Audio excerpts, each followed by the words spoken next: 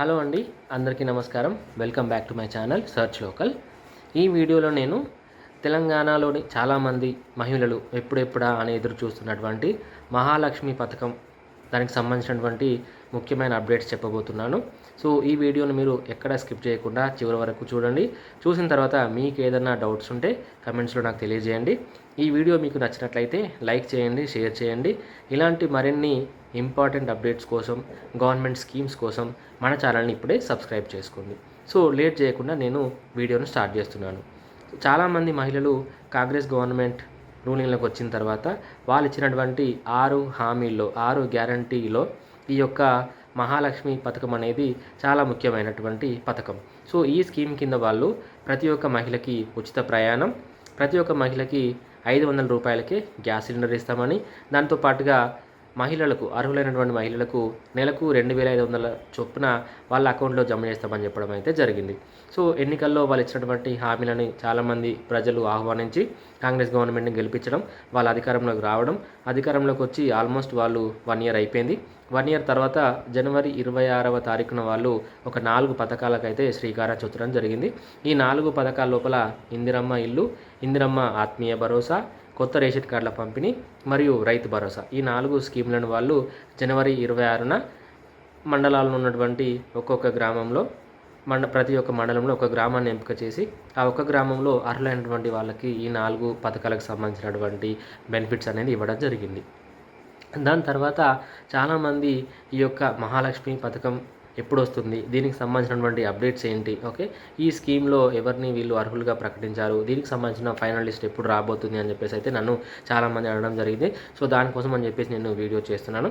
ఈ వీడియోలో ఇప్పుడు నేను ఈ పథకానికి ఎవరు అర్హులు, గవర్నమెంట్ వాళ్ళు ఎలాంటి కండిషన్స్ పెట్టారు, ఓకే అనేది చూద్దాం. సో మొదటగా వాళ్ళు చెప్పినటువంటి ఫస్ట్ కండిషన్ ఏంటి అంటే వైట్ రేషన్ కార్డు, తెల్ల రేషన్ కార్డు ఉన్న వాళ్ళకి మాత్రమే ఈ స్కీమ్ కింద అర్హులు అని చెప్పేసి వాళ్ళు చెప్తున్నారు.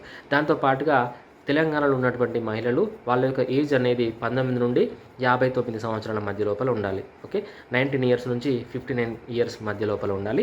దాంతోపాటుగా మీరు ఏ బ్యాంకులో అయితే మీ యొక్క ఈ 2500 రూపాయలు నెల జమ చేయాలి అని అనుకుంటున్నారో ఆ బ్యాంకుకి ఆధార్ కార్డ్ యొక్క లింక్ అనేది కంపల్సరీగా ఉండాలి. ఆధార్ కార్డ్ లింక్ అయి ఉంటేనే ఆ అకౌంట్ లోపల వీళ్ళు డబ్బులు అనేది వేయబోతున్నారు.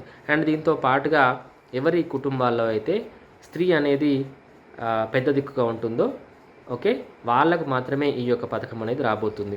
ఆల్రెడీ ఇంట్లో ఫాదర్ కానీ లేకపోతే హస్బెండ్ కానీ ఉండి వాళ్ళు పెద్ద దిక్కున్నారనుకోండి, ఈ యొక్క పథకం కింద అర్హులైతే కాదు అని చెప్పేసి కంపల్సరీగా స్త్రీయే కుటుంబానికి పెద్ద దిక్కు అయి ఉండాలి అని చెప్పేసి వీళ్ళు చెప్పడం జరిగింది. అండ్ దీంతో పాటుగా మరొక ముఖ్యమైన విషయం ఏంటి అంటే బిలో పావర్టీ లైన్ BPL కేటగిరీలో ఉండాలి. అంటే ఎవరి యొక్క సంవత్సర ఆదాయం 2 లక్షల కన్నా, కుటుంబం మొత్తం సంవత్సర ఆదాయం 2 లక్షల రూపాయల కన్నా తక్కువగా ఉంటుందో వారు ఈ స్కీమ్లో అర్హులు అని చెప్పేసి, దాని తర్వాత ఎవరికైతే మ్యారేజ్ అయిందో వాళ్ళే ఈ స్కీమ్లో అర్హులు అని చెప్పేసి చెప్పడం జరిగింది. అన్నిటికంటే ముఖ్యంగా ఈ స్కీమ్లో మీ యొక్క పథకం కింద మీకు 2500 రూపాయలు రావాలంటే మీ యొక్క కుటుంబంలో ఎవరికి కూడా పెన్షన్ అనేది రాకూడదు. ఓకే, ఎవరి కుటుంబంలో అయితే పెన్షన్ వస్తుందో వాళ్ళు, మీరు ఈ కండిషన్స్ అన్నీ ఎలిజిబుల్ అయినా కూడా మీకు ఈ స్కీమ్ కింద 2500 రూపాయలు అయితే రావు అని చెప్పేసి వీళ్ళు చెప్తున్నారు. అండ్ దీంతో పాటుగా ప్రతి కుటుంబంలో ఒకరికి మాత్రమే ఈ స్కీమ్ కింద వాళ్ళు డబ్బులు అనేది ఇవ్వబోతున్నారు. ఫర్ ఎగ్జాంపుల్ మీ ఇంట్లో ఈ కండిషన్స్ అన్నీ మీట్ అయ్యే వాళ్ళు 3-4 మెంబర్స్ ఉన్నా కూడా గవర్నమెంట్ వాళ్ళు ఒక కుటుంబంలో ఒకేసారి ఒకరికి మాత్రమే ఈ స్కీమ్ కింద డబ్బులు అనేది ఇవ్వబోతుంది. ఇది మెయిన్ క్రైటీరియా. ఇవి కండిషన్స్ గవర్నమెంట్ వాళ్ళు పెట్టడం జరిగింది. ఈ కండిషన్స్ అన్నీ మీట్ అయిన తర్వాత వాళ్ళకి ఫైనల్ లిస్ట్ లోపల ఎంపిక చేసినటువంటి లేడీస్ ఎవరైతే ఉన్నారో మహిళలు, వాళ్ళకి నెలకి 2500 చొప్పున వాళ్ళ అకౌంట్ లోపల డబ్బులు అయితే జమ చేయబోతున్నారు. అండ్ దీనికి సంబంధించినటువంటి ఫైనల్ లిస్ట్ అనేది ఎప్పుడు రాబోతుంది. సో గవర్నమెంట్ వాళ్ళు ఏం చేస్తున్నారంటే ఈ యొక్క ఫిబ్రవరి 5న క్యాబినెట్ సమావేశం జరగబోతుంది. ఈ సమావేశంలో ఈ యొక్క స్కీమ్కి సంబంధించి మహాలక్ష్మి స్కీమ్కి సంబంధించినటువంటి ఒక ఇంపార్టెంట్ డిస్కషన్ అనేది జరగబోతుంది.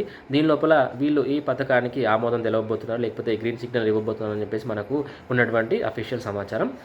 ఈ యొక్క క్యాబినెట్ మీటింగ్ లోపల ఆల్రెడీ గవర్నమెంట్ వాళ్ళు వాళ్ళ దగ్గర అధికారులు ఇచ్చినటువంటి ఫైనల్ లిస్ట్ అనేది ఉంది. సో దీని లోపల అర్హులను ఎంపిక చేసి ఈ యొక్క అర్హులకి మంత్లీ 2500 రూపీస్ అనేది వాళ్ళు ఇవ్వబోతున్నారు. సో ఈ యొక్క కార్యక్రమం అనేది వీళ్ళు క్యాబినెట్ మీటింగ్లో ఆమోదం పొందిన తర్వాత మరి ఎప్పటి నుంచి అర్హుల అకౌంట్లో డబ్బులు పడతాయి అనేది మనం చూసుకున్నట్లయితే ఖచ్చితంగా ఈ యొక్క ప్రక్రియ అనేది వేసవి తర్వాత జరగబోయేటటువంటి పంచాయతీ ఎన్నికలు, గ్రామ పంచాయతీ ఎన్నికలు కానీ, ఎంపీటీసీ ఎన్నికలు కానీ, జెడ్పీటీసీ ఎన్నికలు కానీ, వీటన్నిటికీ ముందే ఈ ఎన్నికలు జరిగే లోపే ఈ యొక్క మహాలక్ష్మి పథకం కింద అర్హుల అకౌంట్లో డబ్బులు అయితే పడబోతున్నాయి. సో మోస్ట్లీ ఈ యొక్క కార్యక్రమం అనేది ఏప్రిల్ నుంచి మే మధ్య లోపల ఎప్పుడైనా జరగవచ్చండి.